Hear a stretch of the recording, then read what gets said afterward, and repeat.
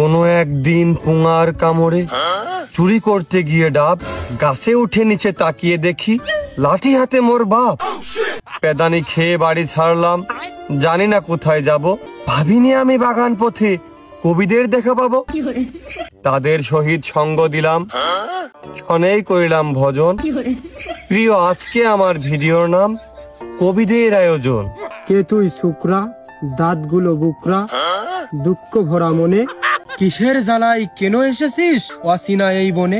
মাঠের পাশে গহীন বাগান, বাগানে অনেক বাস, চট করে বলতো দেখি কি করে তুই খাস?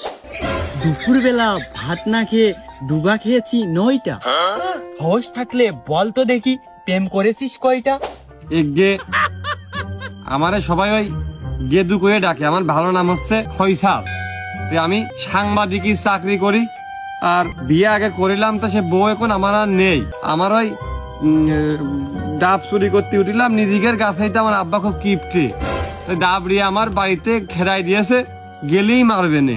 তো ওই জন্য আমি বাগানে ঘুরতে ঘুরতে রাগ করে আইসে নিয়ে পরে যে আপনাদের সাথে দেখা হইলো, আর আপনারা আমার ডাইকলেন। তা আপনারা সবাই এরকম বইয়ের মতন করে কথা করতেন কে? গান বাজনা করি না আমরা, আঁকি না কোনো ছবি, বুঝতে হয়তো ভুল করেছিস, আমরা সবাই কবি। তাহলে তো বড্ড ভালো। আপনার নাম কি? আমি কবি কুরবেন্দ্রনাথ মন্ডলিয়া মাহমুদ্দিন হাকিমি। এইটা কি আপনাদের সবাই নাম একবারে? এইটা শুধু আমার একার নাম। কবি হওয়ার পরে যতদিন বেড়েছে, চুল দাড়ি সব পড়েছে, নামের সংখ্যা বেড়েছে। আর ওই যে মাইটো ফকিরের মতন দেখতে, ওই ভাইও কি কবি? প্রাচীন কালের বাংলার ছবির নায়িকা ছিল ববি। শুনতে হয়তো ভুল করেছিস, এখানে সবাই কবি। তা ভাই আপনার নাম? আমি কবি লুল্লু বাড়াকান্ত সেন। আপনার নামটা খুব গুছালো, খুব ভালো লেগেছে। ভাই আপনার নাম?